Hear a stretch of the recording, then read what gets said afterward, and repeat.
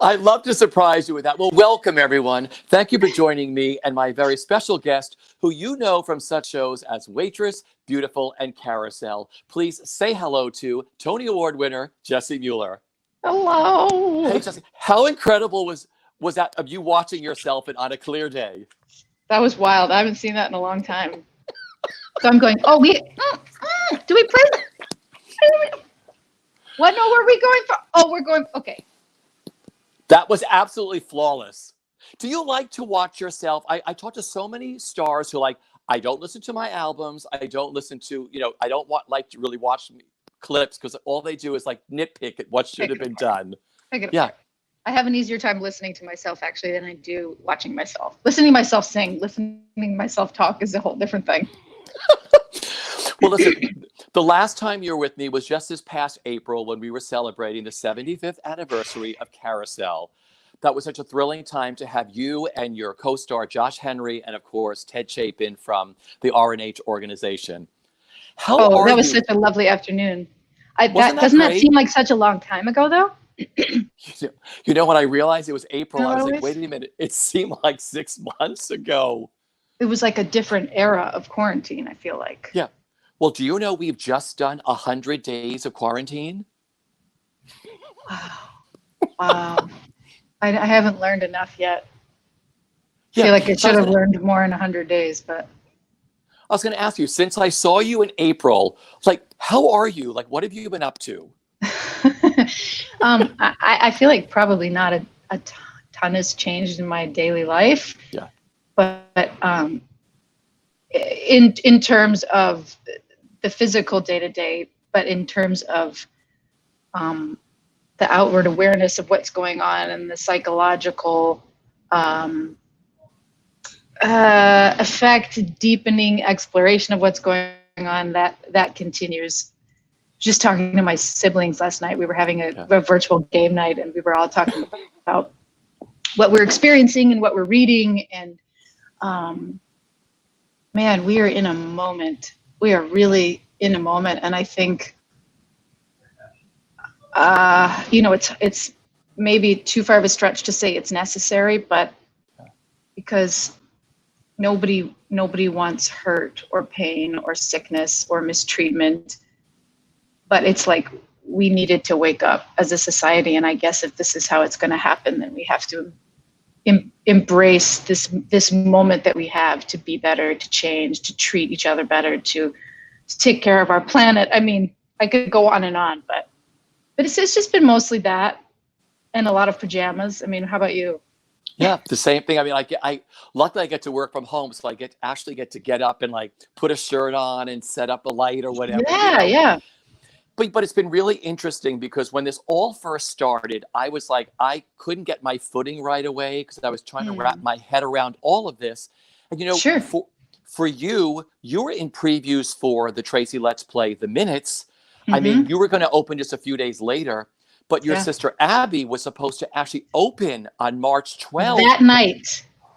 Yeah, she was supposed to open the night. It was maybe at 6:00 that night or something. And the Broadway shutdown was official at something like 3:30 or 4 p.m., wasn't it? Yeah, that was a crazy day. She handled it like a champ. Yeah, I was going to ask you, because it was like a double whammy for your family. What was that day like for you? I mean, knowing that you weren't going on that night, and you probably weren't going to open a few days later, and then your sister was all ready to get dressed and go to the theater with, opening night. Right, like half a lash on and yeah. Yeah, it was crazy. Our folks had actually come into town, and we had a big conversation with them because we were all sort of still getting, like you said, getting our footing with what's really going on and what's going on medically, and how safe is everyone? Is it safe for them to fly? Should they drive if they're going to come out here? Because they were going to come see. Abby was supposed to open on Thursday. Yeah. They were going to see my brother Matt and Harry Potter on Saturday because he closed the end of his contract on Sunday, and I was supposed to open on Sunday. Or maybe they were going to see me on Saturday, him on Sunday. I can't remember now, but yeah.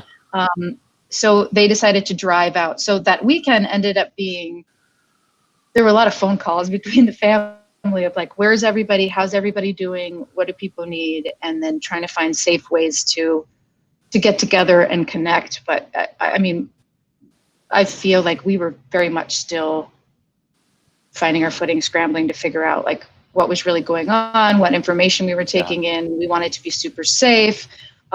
We didn't want our parents to go back. They live in the Midwest, to bring any sort of, New York contagion with them. Nobody knew if we were just asymptomatic. So it was an interesting weekend, but it ended up being a really lovely time for all of us to gather. We did end up getting together for a meal.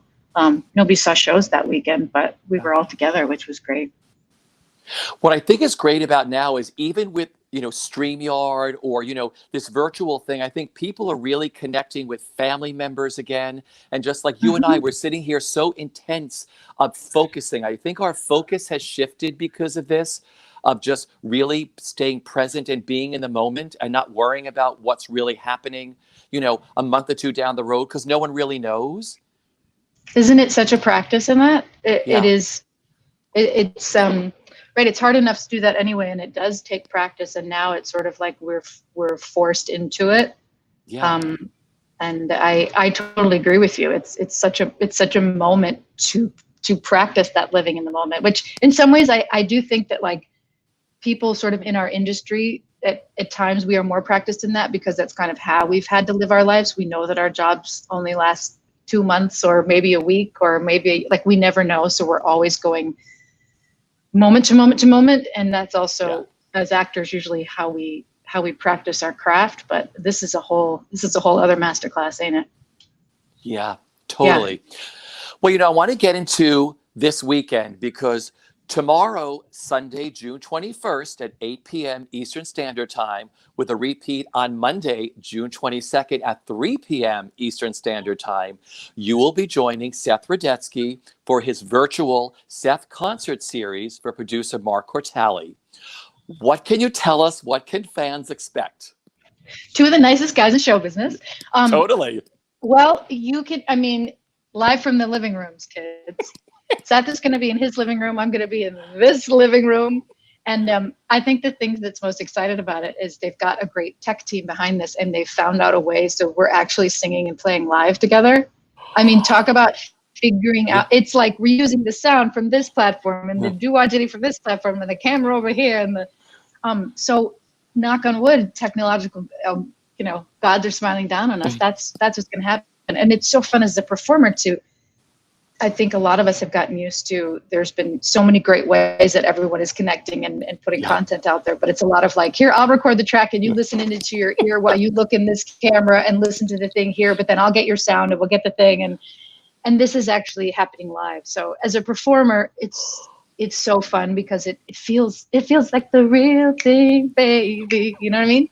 Like it's kind of getting back to what we all really love about it. Because like you said, it's so great that we can connect, that we can have this virtual connection and this energy but don't you feel like at the end of the day, you're kind of like, I'm so tired because you've been trying to like give everyone your energy through this tiny little doot on your computer screen. And it's like, you can't really take somebody and you're trying, but so this is going to be really fun. And I look forward to the chance just to sing and play with Seth again. It's always fun. He always, delights and terrifies me with something I'm not prepared for. And, that makes for good theater.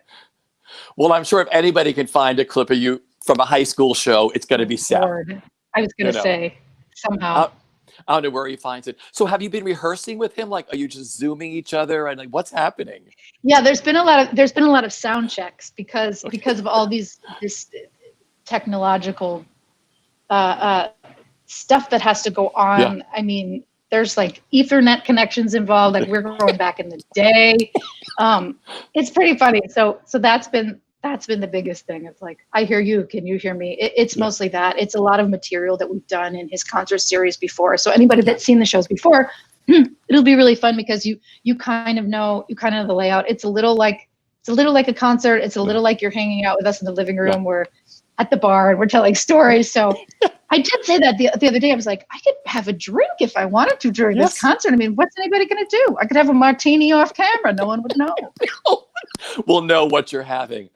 Well, of course, till I start getting really loose-lipped and saying all kinds of things. Oh my gosh. Are you going to sing from all your favorite shows? I mean, all the big shows you've done? Well, that would be funny if I just sang from all my favorite shows, but none of the shows I've done, just all my favorite shows, parts I would never be allowed to play. No, I'm trying to think if there will be any of those. Yeah. Yeah, we're still getting the whole set list together. So, I mean, anything could happen. Truly. I love this. What are you going to wear? Have you decided on an outfit? No, but I do have an idea that it's like, do I put it out there? So I have this idea Yeah. that I could do like paper doll costume changes if I cut out outfits and put them on a popsicle stick and hold them close enough to the camera. What do you think? Oh, I think that's great. Should I try it?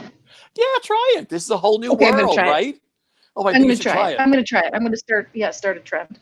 So We'll after see we get if it off, works. after we do this today, when you do your at-home rehearsal, you can do your pop sticks and your paper doll outfit. Yeah, I'll try it out. Because I got to put it in the right spot, right? You got to Yeah. I think I'd have to get it really close to the camera. And then try to figure out, like, am I going to have to, like, put some of my neck in there or shoulder? It'll be a whole thing. I'll have to have a fitting. Well, I know where I'm going to be on Sunday night. So listen, what do you love the most about doing concerts in general? I mean, it sounds so dippy, but like, I love to sing. It feels, I think physiologically it does something to me. But I more than that, I like working with musicians. It's kind of like, I don't want to go out and do monologues. I want to play with other people. I want to do scenes. So with singing, I like to feel a connection with the other performers. And I think that's what I love about doing the shows with Seth, is like, it's just the connection between us is fun, and it's so back and forth that it's so collaborative. And I miss live audiences. So it's a treat for me, because I feel like this is as close as I can get to feeling like I'm sharing energy with people and people are sharing energy with me. So. Sure. Well, the Seth Concert Series is sponsored by Broadway World and StreamYard, and tickets can be purchased at www.thesethconcertseries.com for only $25. Like I said, I know where I'm going to be Sunday night at 8 o'clock, and then again on Monday at 3 p.m. You know, the Minutes was supposed to open, we started talking about this on March 15th. Have you been staying connected with the cast? Oh yeah, we've been doing sort of like check-ins and sometimes line throughs, which usually starts like, we're going to do a line through, and then we all just chat for a long time. But we've been saying that we're going to try to get it to we were doing it every couple of weeks, at least get it to like a monthly thing, because we were supposed to open on the 15th. So we thought, well, what if we just got together every 15th, like the Ides of whatever month it is, and then just try to remember our lines, because we just miss each other. Yeah. So have you run the show completely on these live streams? You're like, no, forget it. We'll run a few lines and tell me how you're doing. Oh no, we have run the whole show. Yeah. Because the beauty of it too is that we sit a lot during the show. So it's not like, oh, but we can't do the big dance number. You know what I mean? Like, there's no big dance number. So we really can sit there and approximate most of the show, which is kind of fascinating. Yeah. Well, I love it. Well, I was fortunate enough to see the show during previews, and I loved it. Oh, thank you. Like I said, I love Tracy Letts. I love Anna DiShapiro. I love this cast. I mean, for you, how wonderful was it working on a play as opposed to a musical? Because this was your first play. Yeah, well, so my first play since I've been in New York. Yeah. I loved it. The time that you get to really delve into things, the time you get to talk about characters and relationships, because you're on a similar time frame for your rehearsal period, but it's not that there's less to do. There's just, I would say, less elements. There's also, like, you're working with just a director. You're not working with a director and a choreographer and a music director. You know what I mean? So it's like the time being shared between disciplines is not that energy is not in the room. So it's like, you can there are different places to devote the time. And I really loved that. And it was fun too, because there are several ensemble members in the cast too, the Steppenwolf ensemble and people that did the show in Chicago. So that's been really enlightening too, to like hear about their process, and they have the experience of doing it before and now doing it again with different people, and what that does and what that opens up. And I mean, even in the time since we pressed pause on the show, it's like the show has become more and more timely. Oh yeah. I feel like that makes sense to you because you've seen it. For those that haven't seen it, like I won't give anything away, but it's just everything that we are being asked to look at and dig deep about right now, I feel like comes up during this play. And it meant a lot to me beforehand, but it means even more to me now because I think the play is a lot about like, let's look at things that make us uncomfortable because it's necessary. Yeah. Is it different, or how different and how same is it creating a character for a play as opposed to a musical? I know we're taking out the songs out of it, but Right. is it different? I mean, is it a different muscle memory? I mean, different body language? I don't know. Maybe it's different body language because you just know, like you say, body language. It's like you don't have the language of song. So all your language is in either words or behavior. And honestly, I don't have a ton of words in the play. So a lot of my language is in the behavior and in my reactions to other people. And sort of, I think, what my character represents in this sort of the like macrocosm of the bigger picture. Microcosm of the bigger picture, the macro of the microcosm. What would that be? I don't know. So I don't know. I don't know if it's that different. To me, there's a lot of similar. It's mostly the same stuff. It's like, well, where does my character come from, and what is their background, and what do they think about this, and how do they feel about this person, and how much do they want to be heard, and how much do they want to hide? It's like all those same questions, just like you said, sort of a different language to interpret it with. Yeah. Yeah. What do you admire the most about playwright Tracy Letts and your director Anna DiShapiro? I mean, what was it like working with them in the rehearsal room, and then of course with Tracy on stage? Oh yeah. Well, Tracy is fascinating because I knew Tracy like a little bit before I started working with him because my partner Andy knows his wife Carrie. Yeah. They worked together years ago, and so it was just kind of fascinating to know him socially and then get in the room with him. And the biggest joke was he was like, "Wait, what hat do I have on right now? Is this my actor hat or my playwright hat? Like how?" Especially with Anna, I'd be like, "How are you addressing me, as an actor or a playwright?" Because and then he would say like, "Wait, I'm saying this as an actor. I'm saying this as a playwright," because he had to like figure out which part of his brain he was using. I think as a playwright, he's kind of fearless. He's Tracy, don't take offense to this. Like he can be kind of intimidating just as a person. Like he's a tall guy. He's super intelligent, but he is so kind and loving. But to me, like his writing can be very dark and biting. So I think that's just a fascinating combination. Like to me, he is not afraid of looking at dark things, looking at uncomfortable things, and helping to kind of hold that mirror up to an audience. He just finds that stuff really interesting, I think. So I admire that in him as a playwright and a performer. And as far as Anna Shapiro, our director, man, I don't know if it comes from being a good mom or like, again, some of these people she's worked with before, but she really knows how to suss people out and like how to give them what they need, and knowing that everybody in the room might be different and everybody might be working on sort of different timelines. And I find that I also don't find that she doesn't bring ego into the room. She'll be like, "I don't know yet. I can't answer that question for you yet, but I might know in like 2 weeks once we figure this little bit of it out." Like she's not afraid to say, "I don't have the answer to that." And she'll always say, "I don't have the answer to that, and here's why." Like she knows that she's so smart, and also just creates such a comfortable feeling in the room where you really feel like you can come with questions, and even simple things like it was a cell phone free rehearsal space. Yeah. You couldn't have your cell phone you couldn't even check it on breaks. You had to go outside of the room. It was just a space that was like, it was just decided like, we won't have those distractions here. This is a sacred little zone.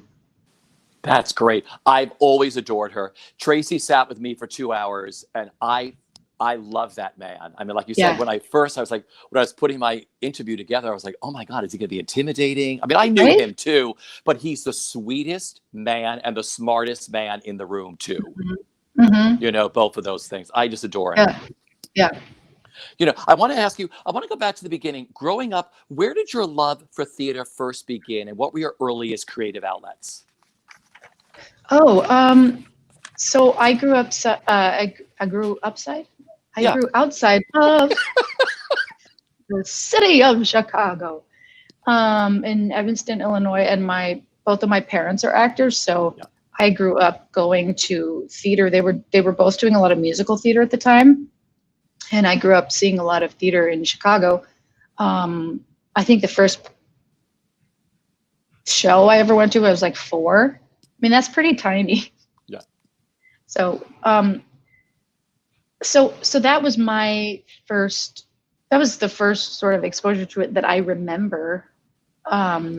But I always remember listening to music and being fascinated with music and singing all the time.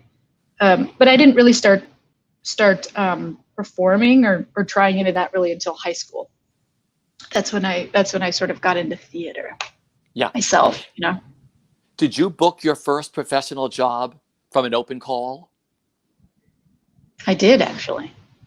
I did. What was the show? Do you remember what the show was? And what Oh you yeah, sang? it was Once Upon a Mattress at Drury Lane Oak Brook Theater in Oak Brook, Illinois, and yeah, I went to the Equity open call. I think I wasn't Equity yet. I just gotten out of college, and yeah, did I sing something from the show? I don't remember, but I got cast in the chorus, and yeah, and that was my first gig, and I loved it. I mean, Yeah. I was in the room with all these people that I had seen in performing in Chicago theater, and Yeah. I just thought I was in heaven. But I mean, cattle calls, I don't think they're ever going to come back. For people who don't know, an open call is a cattle call where there can be hundreds and hundreds and hundreds of people I didn't waiting even to think be of that. seen, right? I didn't even think of that. You're right. When will that?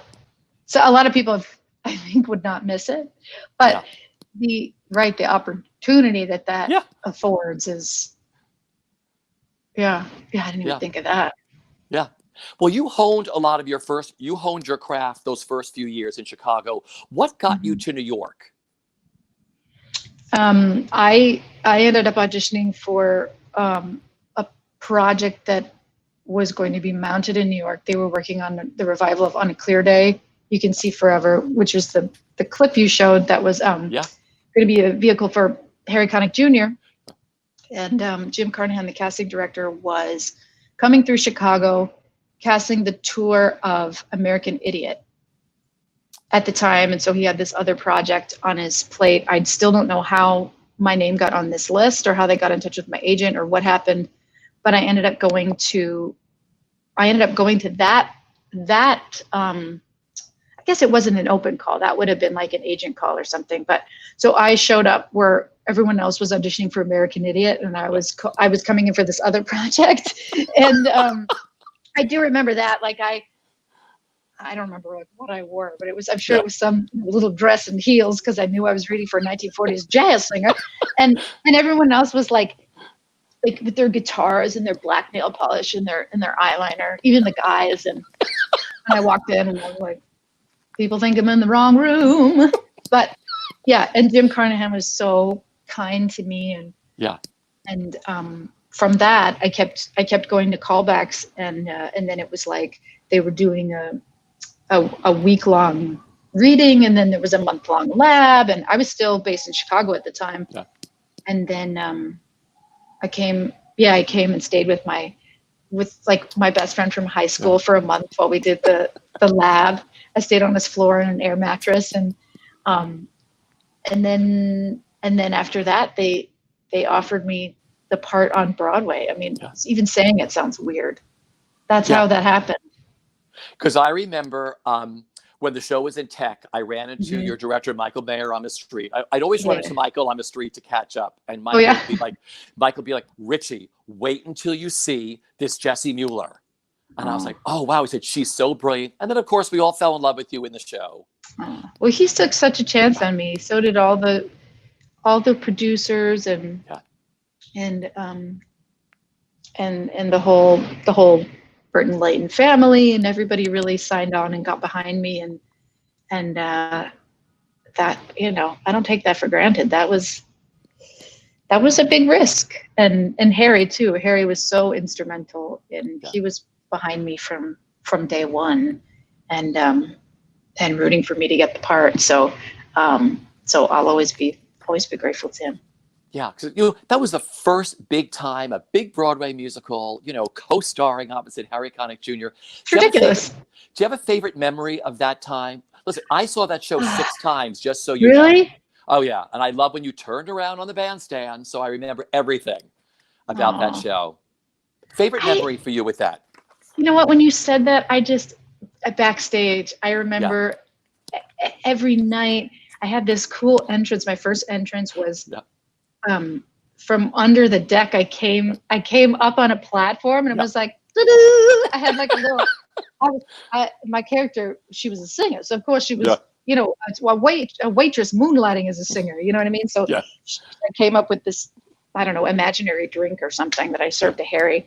And I just remember like all the crew guys, we would always joke. There was always some little joke we would share back and forth before going up in the elevator. And my dresser, Del Miskey, was one of my dear friends now. I met her on that project, and she, oh my gosh, she was my angel. She walked me through that. She was like, here's how this worked. I didn't know what I was doing. I'd never had a dresser just working with me before. I didn't know. She was like, I can buckle your shoes if you want. I was like, what? But they're my shoes. I was like, I can buckle my shoes. Just everybody backstage. It was such a fun.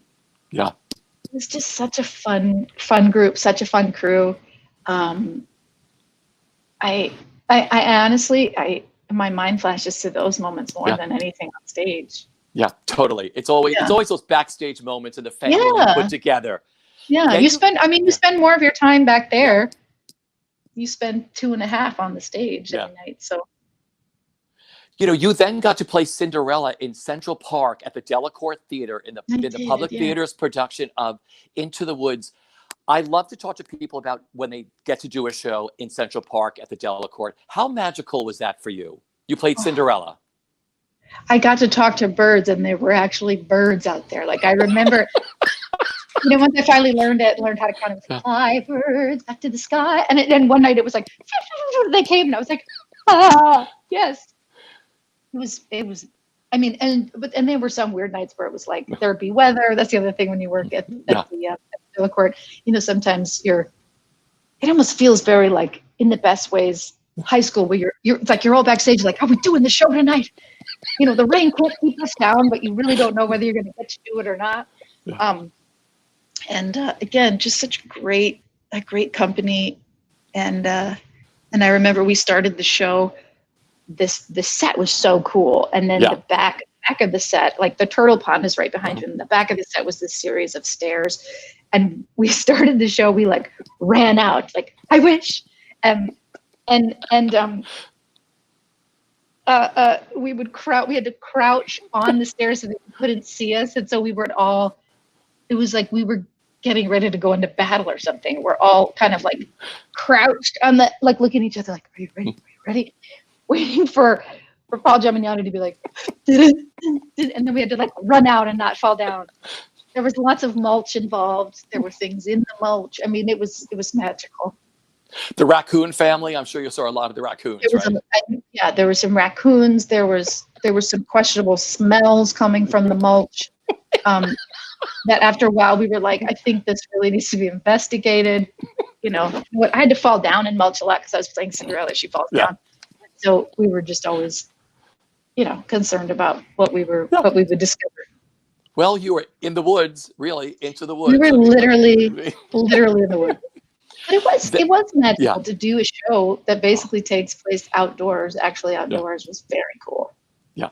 You then got to do Roundabout's production of The Mystery of Edwin Drood. I love that musical too. And you got to do that dual role. Favorite memories of that? Oh, just being stupid with Andy Carole. And one night where I think there was a dinner scene and Will Chase had was it someone had given him like one of those little stuffed Dickens characters or something for opening, like they make, Charlotte Bronte and William Shakespeare and he'd put it in the bowl in his dish or something one night. And then somehow it started getting passed down. Kids, don't do this. I know we're professionals. It wasn't my fault. It was Will Chase's fault. And then every night it would be like, so once that started, then there would just be nights where somebody had the little glint in their eye, like they were going to start laughing. And then one night it got so bad that I totally broke on stage. I mean, it was not my finest moment. Let's just put it that way. Who was the biggest cut up? Was it Will Chase? No, the annoying thing about Will is that he would start it, but he was very hard to break. He was very hard to break. I don't remember who was the biggest cut up.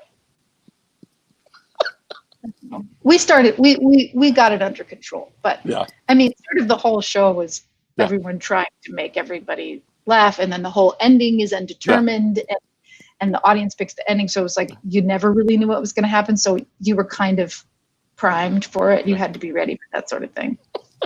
That was a glorious production. I loved that production. Thanks. That was really great. You know, you then received every conceivable award imaginable for your breathtaking performance as Carole King, the music icon in, you know, Beautiful.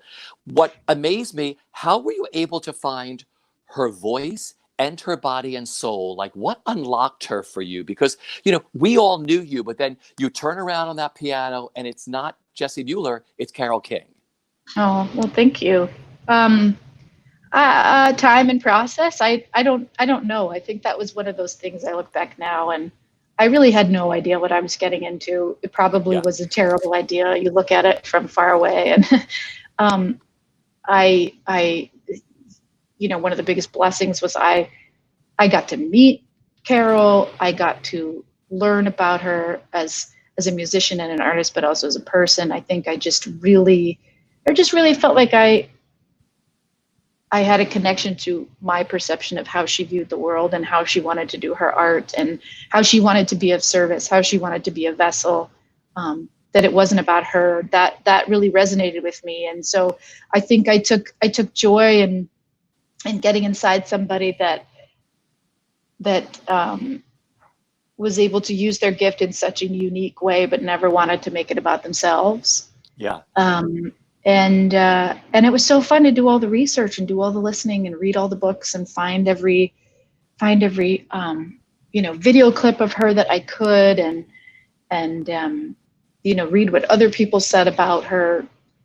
It just, and then, you know, continue the crafting of all those real people that we were playing as characters together too, you know, with Jared Spector and Anika Larson, and finding those connections between each other that sort of created the dynamics between the characters, which helps to define who you are. You know what I mean? If any of those puzzle pieces had been different, my puzzle piece would have been different. So that was such a big part of it too.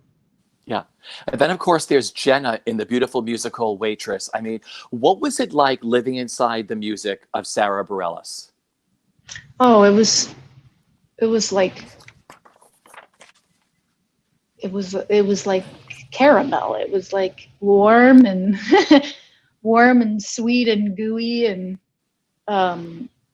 it just felt good, man. Her music, I think, it just feels good to be inside of. It's not that it's not easy to sing, actually. She has such an incredible voice, and she understandably writes from her voice, and she has sort of a freak voice where, like, she has no break. So it's not that it's easy. It's technically easy, but it feels good to get into once you figure it out. Like, it really was just such a joy to sing that stuff. It's still some of my favorite music to sing. I think what she did with that score was just incredible, especially when you think that was her first crack at a musical theater score. I mean, it's kind of ridiculous. Yeah. She's also one of the sweetest people in the world too. I got to speak with her a lot during this, and she was always so open and so wonderful and so appreciative. I love nice people who are talented. Oh my gosh, right? And she was so. I had the same experience with her. I mean, you never really know what to expect. You have an experience, or I should say, you have a perception of someone who's like in the public eye, and or you're a fan of someone, and you really hope they just don't disappoint, you know, because you love their music so much. And she was one of those people. Is one of those people where she is kind and she is considerate, and she was so she was so excited and game to be a part of the process, which I guess I was like pleasantly surprised by. I didn't really know. I think she had such an interest in how it all came together and wanting to be a part of that. Like, I feel there was rarely a day where she wasn't there in rehearsal. She wanted to be a part of this thing, and she was so game from day one, and kind of egoless in terms of if any of us were struggling with anything, she and I would have so many conversations about specifically like the key of She Used to Be Mine, one of the songs, and how many times she let me go back and forth, and our music director Nadia Leonardo about what key we should do it in and what feels comfy. And she was so generous with that kind of stuff. Yeah, that was such a prop heavy show for you. I mean, and so much flour. I mean, there was a lot of flour. How did you not sneeze? I mean, I don't, because it was everywhere when you're singing and breathing in. Well, the thing that happened actually during my time when I was in Waitress is I discovered that I had a gluten allergy, a gluten sensitivity. I had probably been living with it for quite some time, but it was during that time that I actually figured it out. Yeah. So as I started to adjust my personal habits and my eating habits and things like that, I asked our prop guy if he could switch out the flour, because we ended up using flour. We tried all different kinds of things during rehearsal. Like, what should it be? Chalk dust, cornstarch? Like, I don't remember some of the things. I don't think we used chalk dust. I just said that. But trying to figure out what would look best, what had the right weight of falling down, what caught the light. You know what I mean? So it was a whole experiment. And then, so we decided on flour. So then I asked Chris Bantuso, our prop guy, I was like, could we try gluten-free flour? He's like, yeah, sure. Let me pick some up and see how it does. And sure enough, because every night I worked with my dear friend Dell, who I mentioned on Waitress again, we got to work together again. And she was noticing it too. Every night after a song called What Baking Can Do, which is where the character of Jenna throws the most flour, I'd come back off and I'd just be like coughing. I feel like I had this like loogie in my throat and I needed to. And sure enough, when we changed to the gluten-free flour, I wasn't coughing as much. And so yeah, that was a challenge. That was a challenge because you had to throw it. Yeah. You had to throw it in such a way where there were just a lot of things at play. Let's just put it that way. It's like you wanted it to fall back on the table because you didn't want it to fall on the ground so someone could slip. Yeah. But you needed to be close enough to the table for the lights, but not too close that you were throwing it up and either getting it in your wig or getting it in your mouth while you were singing I hope you have that. I hope you have that on your resume now. Like, under special throwing, skills. like fire breathing, like flower. Of every different kind. I love that. Yeah, I can throw things, ingest them, and sing at the same time. And sing at the same time. Then, of course, there's Julie Jordan in Carousel. You and I spoke about this in April, but what was it like sharing the stage with Josh Henry? Oh, what a chore. He's one of those people that almost makes you mad because he's like, I think you asked him this question, like, is there something you're not good at, Josh? Yeah. I think he said water sports. But I was like, come on. Who says water sports? Yeah. It just makes you think of all the things he has tried. And he was like, yeah, I could rock that. No, he is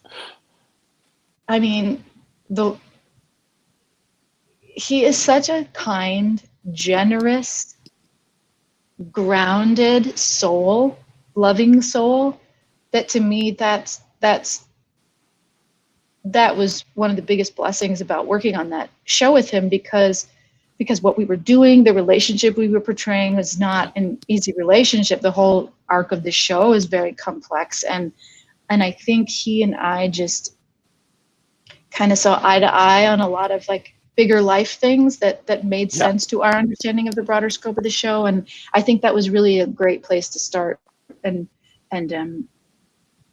he's just like he's the cream of the crop. He really is. And on top of it, like, he's so beautiful and he has that voice. And as far as a leader too, I mean, I've got to work with some incredible people who have led companies, and he's just one of those people that comes in every day ready to go. And if he's not, like, you'd never know it. He does what he needs to do. He takes care of himself, and he he shows up. He shows up at 120% every night. And that is such a gift, you know? It was such a glorious production, Carousel, from start to finish, everything about it, from the creative team and of course the cast, just beautiful. And to watch the two of you up there make magic was really, really special. Thank you. Something that fascinates me and marvels me the most about you is every character you take on in a musical, you give them a different sound. Like if you listen to every cast album you made, you sound not like Jessie Mueller, you sound like those people. And I was wondering, when you work on a character, do you create your character because of the music? Like Sarah's so different from, let's say, Rupert Holmes and Rods and Hammerstein is totally different. I mean, everything you do is different. When you're creating a character, does the music play a major part into how you're creating a character or a role? Oh, totally. Because I think if it's well written, the music tells you so much about the character. Yeah. And to me, it's also finding a bridge between how the character sings and how the character speaks. So like for something like Waitress, it felt like there was less of a jump because it's pop music. There's a groundedness to the way I think that character lives and speaks, and so that I wanted there to be a groundedness in the way that she sang. Carousel felt like there needed to be more massaging between the two because it's a period piece, so I wouldn't think that the character speaks like I do, which is a lot of ums and likes. You know what I mean? It's also not in the text. Different time period, and then also the different education, and then also in the music, there's Annie Einhorn wanted a big sound, wanted a grand sound. We also knew we were getting to work with the amazing Renee Fleming, so we knew that there needed to be a meeting of those sounds somewhere, so everybody sounded like they were from the same world. So that felt like a stretch for me, in terms of feeling like I wasn't a different person when I was speaking as to when I was singing. But yeah, the music is extremely informative. And I guess I do just feel like every character sounds different because every character is different. And if there's something in their speech, if there's an accent, if there's a tibidness, if there's a forthrightness, that comes through in the singing, or that can come through in the singing sound as well as the speaking sound. So yeah. Beautiful. Well, you made your feature film debut in Steven Spielberg's The Post, where you played Judith Martin, who we know as Miss Manners. You have to tell me, what was it like working with Steven Spielberg? I mean, dreamy, and also like, I'm so spoiled because I don't have a whole lot to compare it to. Yeah. As far as being on a movie set, but it was funny because the entire cast, I feel like, even people that had worked with him before, because I think he is very loyal. He likes to work with, if he likes working with someone, he'll bring them in on another project. But everybody was saying that they were pinching themselves all the time. They couldn't believe that we were here. We couldn't believe that we were getting to work on something that was so timely. Yeah. I mean, a piece about the freedom of the press and what is the truth, and is someone holding the truth back? Is someone in power holding the truth back? I mean, this is at the beginning of beginning-ish of the midpoint of the Trump administration, I would say, our current administration. And it was like, so it was the wildness of what was happening on set, and then you'd go on a break and you'd open your phone and be like, what has happened? And it was just strange. You'd work on the show, go on set and think like, oh, this is so far from where we've come. And then you realize in real life, it's sort of all happening again. But Steven Spielberg was he's so kind. He was so kind, very, very down to earth,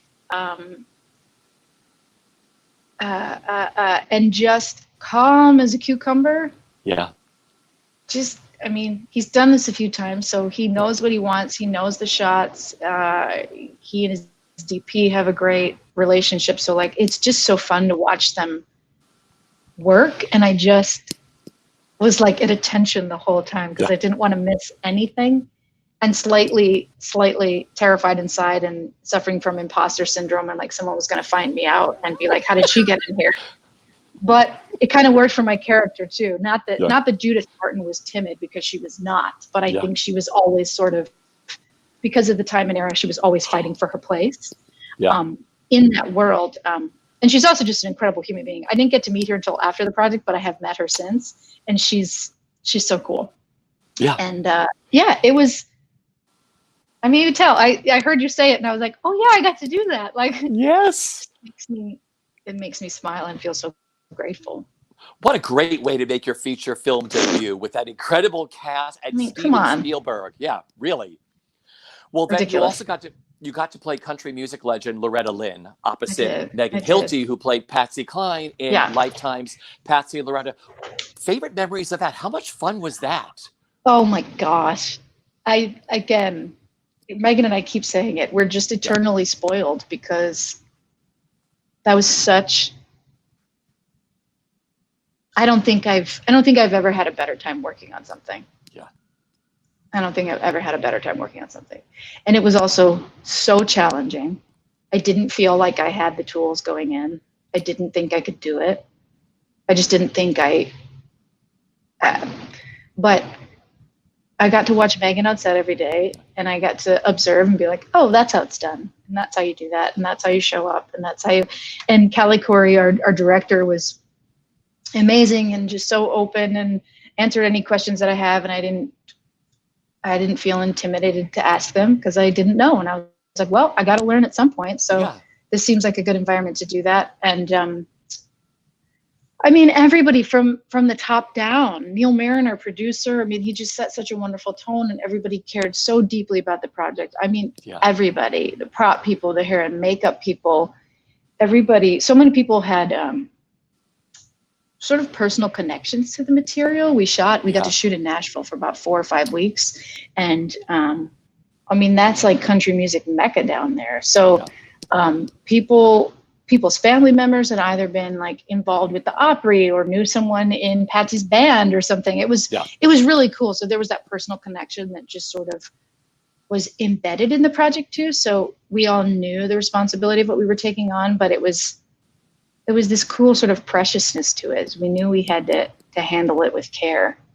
Well, you were both sensational in that. Seriously, it's such a beautifully done film. Thank you. So really great. One of my final questions for you is, I know you use your talents and your celebrity to raise awareness for various causes. I was looking at the list of the charities that you participated. It's amazing. I mean, the charities you offer your services for, which is so needed today. Why is activism and philanthropy so important to you, specifically now?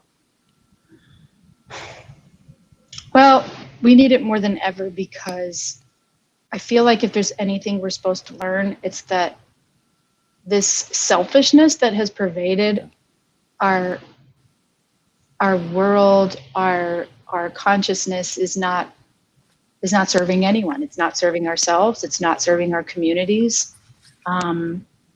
We are all here together. We're on, in my perspective, we're on borrowed time. We're renting here on Earth. Yeah. And we are all going through life in very different ways, with sort of starting at various stages in the race. You know what I mean? On the track, some people are 3 feet ahead. Some people are 6 feet behind. Some people, you know what I mean? And I feel like we're learning even more about that now, about certain privileges that white Caucasians have been afforded for so long, and things that our Black brothers and sisters and people of color and Indigenous people have privileges they have not held. And I think it's time to acknowledge that. If there's anything we can do, especially as white people and allies, maybe is at least to begin to acknowledge it and learn. And so I actually I have to say, Richard, it's like, I've always struggled with having a platform. Do I have a platform? Why do I have a platform if I do? and it doesn't make a whole, I struggle with how much does the world need to hear from me. Everybody has a story and has a voice, but right now I think it is vitally important that we start to make room for people that haven't been in the forefront. So that is also why I feel like advocacy is extremely important right now.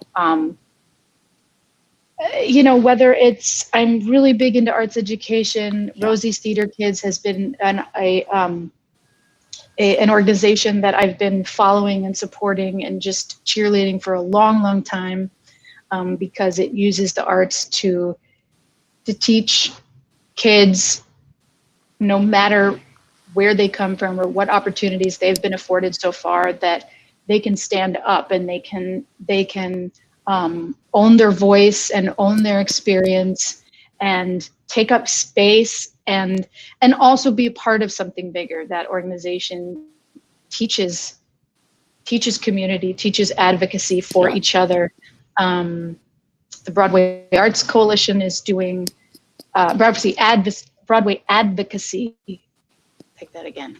The Broadway Advocacy Coalition is doing amazing things right now. Even just in the past month, they've held forums for people in the arts and theater to have an open, safe space to begin to have some uncomfortable conversations about race and privilege and how the theater community is built, how commercial theater is built. We're supposed to help each other. We're supposed to serve each other. Why else are we all here together? Yeah. It doesn't make sense to me not to serve. I have been gifted so much. I have been given so much. It only makes sense to give back. And I just feel, and I'm feeling more and more that's maybe where I'm needed more. Maybe I'm needed less on stage, and I'm needed, I'm just trying to find new ways that I can serve. Even as a performer, that's always how I've felt more comfortable, is feeling like I'm in service of something. So continuing to find ways to be of service is really important to me. Yeah. Well, thank you for always doing that. And you always give back. I think it's amazing. Like I said, thank you for that. So again, ladies and gentlemen, you can catch Jessie Mueller tomorrow, Sunday, June 21st at 8 p.m. Eastern Standard Time, and a repeat on Monday, June 22nd at 3 p.m. Eastern Standard Time, when she joins Seth Rudetsky for his concert and conversation series, the virtual Seth Concert Series, with her paper dolls cut out, which I can't wait for. Now, I'm kidding. I cannot wait to see what happens. Paper doll outfits. Now I really got to get going on it. No, but you can wear whatever you want. If you come in, this is the beauty of it, y'all. You don't have to put on pants. No mascara required. It's Father's Day. Invite your dad. Yes, all dads welcome. And show up in your best loungewear and we'll have a great time. Well, I love it. Tickets are $25. You can get them at www.thesethconcertseries.com. Thank you for spending this hour with me. You know I fell in love with you at the St. James Theater in Clear Day many moons ago, just so you know that, Jessie. Well, thank you for being who you are and always being such a positive person that points out the light in what we do and not always just like the razzmatazz, like that there is bigger, deeper stuff going on. So thank you for always acknowledging that and bringing that to the forefront. Well, I adore you. And we're going to close out with a clip of you doing Natural Woman from Beautiful. Ladies and gentlemen, enjoy.